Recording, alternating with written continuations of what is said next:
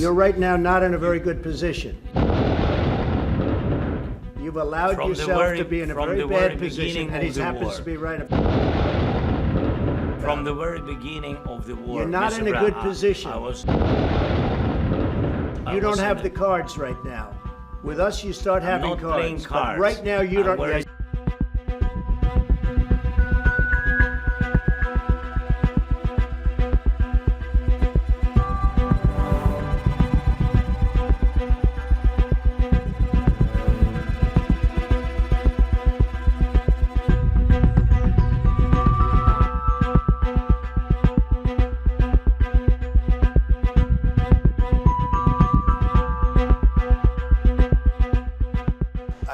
This morning.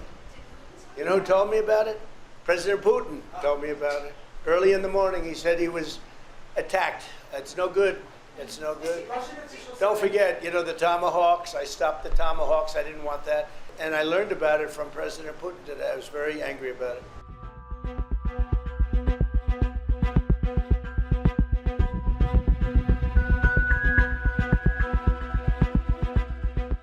Reports suggest President Volodymyr Zelensky remains traumatized by a dressing down he allegedly received from U.S. President Donald Trump in February, with the episode still casting a shadow over their interactions.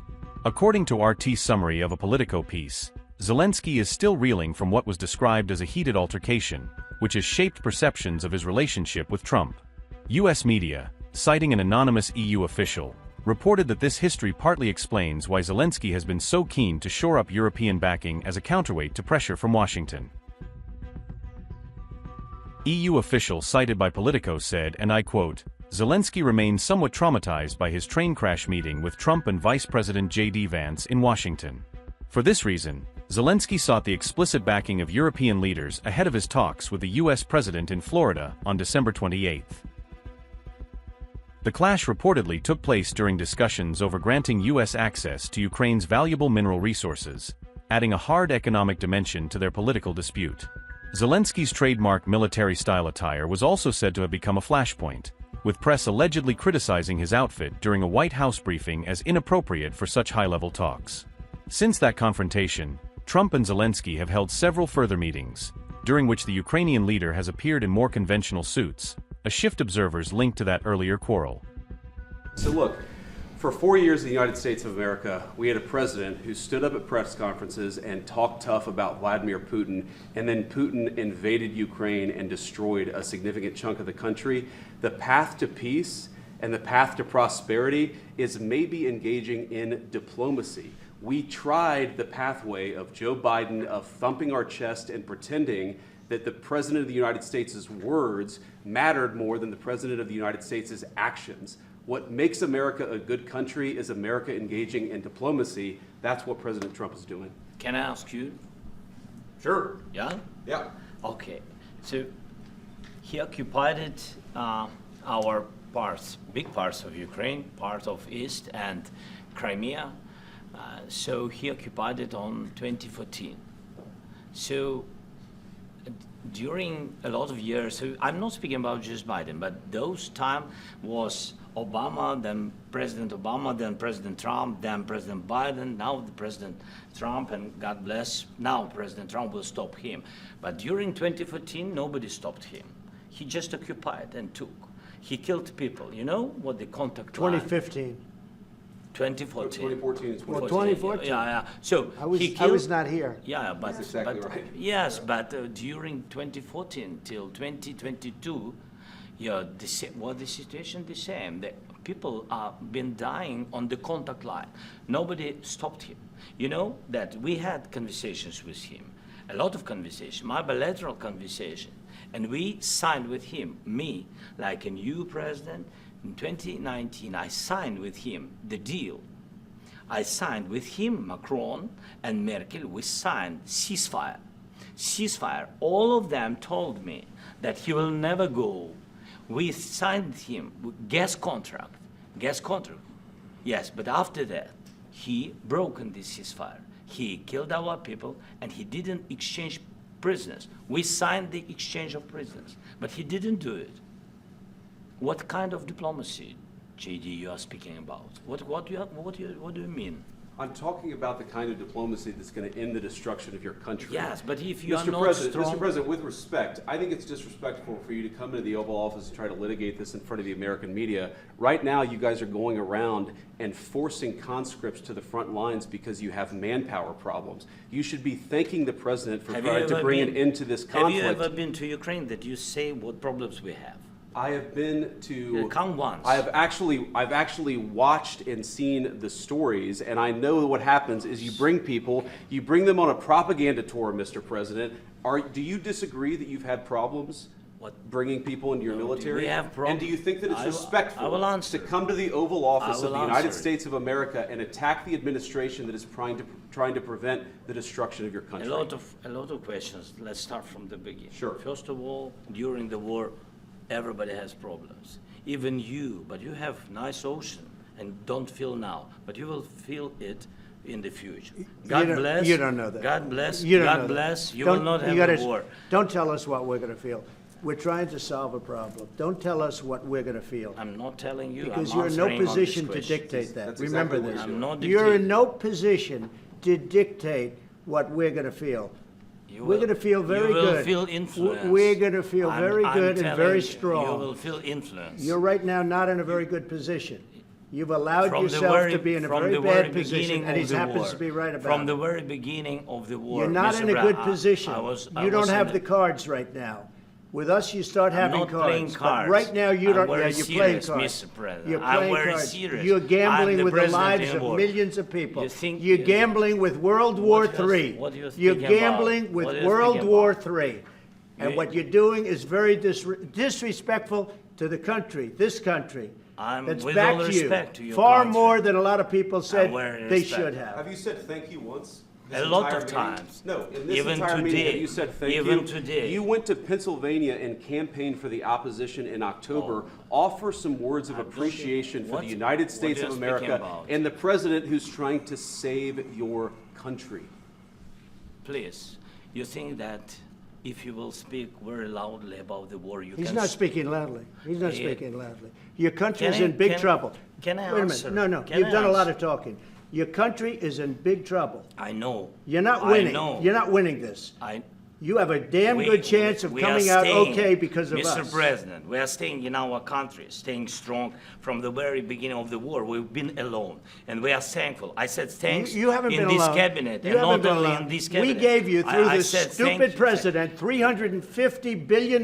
You We voted gave for you your military president. equipment, You and you voted men for are your brave, president. but they had to use our military. What about West If speaking? you didn't You have our invited military me- equipment, you invited if me you to didn't speak. have our military equipment, this war would have been over in 2 weeks. In 3 okay? days, I heard it from Putin. In 3 days, this is something Maybe new. less. In 2 weeks, of course, yes. It's going to be a very hard thing to do business like this, I tell you. Just say thank you. I said a lot of Except times that thank there- you except to that- American people. Except that there are disagreements, and let's go litigate those disagreements rather than trying to fight it out in the American media when you're wrong. We know that you're wrong. But you see, I think it's good for the American people to see what's going on over here. I think it's very important. That's why I kept this going so long. You have to be thankful. You don't have the I'm cards. thankful. You're buried there.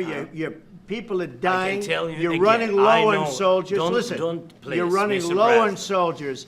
It would be a damn good thing. Mr. And then President. then you tell us, I don't want a ceasefire. I don't want a ceasefire. I want to go and I wanted this. Look, if you could get a ceasefire right now, I tell you, you take it so the bullets stop flying and your men stop getting killed. Of course, we want to stop the war. But But you're I saying said, you don't want a ceasefire. But I said to you, I want a ceasefire. with guarantees. Because you'll get a ceasefire faster than an agreement. Ask our people about ceasefire, what they think. That wasn't it doesn't with matter me. for you what. That what wasn't this with me. nation- it That was wasn't with you. a guy named Biden, who was not a smart person. But this That is was your, with, this that was is with your Obama. president. It was your president. Excuse me. That was with Obama, who gave you sheets, and I gave you javelins. Yes. I gave you the javelins to take out all those tanks. Obama gave you sheets. In fact, the statement is Obama gave sheets and Trump gave javelins. You got to be more thankful, because let me tell you, you don't have the cards. With us, you have the cards. But without us, you don't have any cards. One more question to Mr. Vice President. I'm sorry. Going to be a tough deal to make, because the attitudes have to change.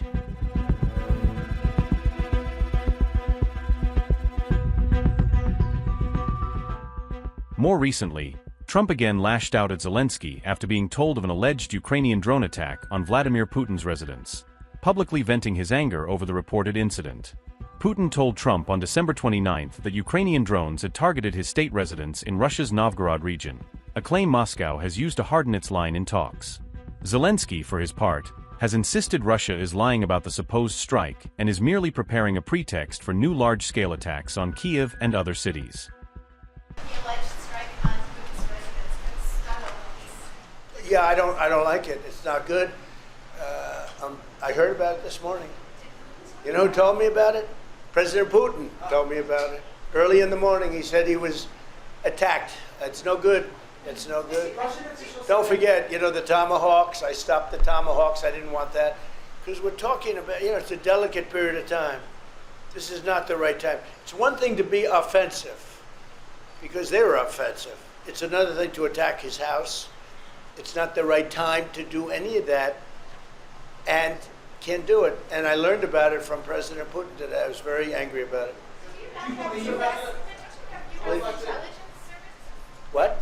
Don't you have U.S. intelligence services that monitor that region very closely?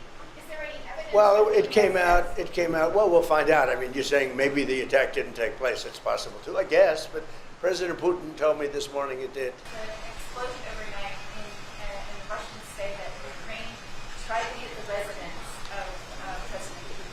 Do you have any information? No, I don't know about it actually, and I don't. I just heard about it actually, but I don't know about it. To speak with That would be too bad. That would not be good. What was the outcome of your telephone call with President Putin? I had a very good talk this morning. I waited till this morning because it was pretty late by the time we finished, like 2:30 in Russia, 2:30 in the morning. We had a very good talk. We spoke at 8 o'clock in the morning, our time, and it was a very productive talk. I mean, we have a few very thorny issues, as you can imagine. He knows about thorny issues probably better than anybody in the world, but it's working out. We have a couple of issues that we're going to get resolved, hopefully, and if we get them resolved, you're going to have peace. You're going to have Ukraine losing 26,000 soldiers a month. Can you believe it? A month, 26,000 young, beautiful soldiers, and plus some people in Kyiv, and relatively small, but a lot, still people, and it's a lot of people. But 26,000 soldiers were killed last month.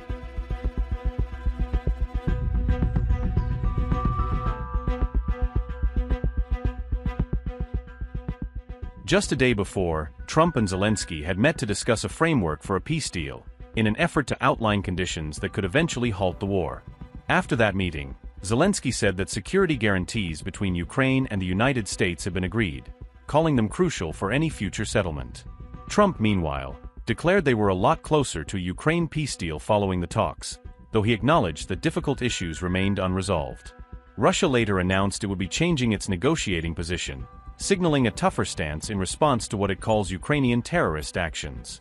Moscow's shift was tied to its accusation that Putin's state residence had been attacked by a swarm of 91 drones in the Novgorod region, an allegation Kyiv firmly denies.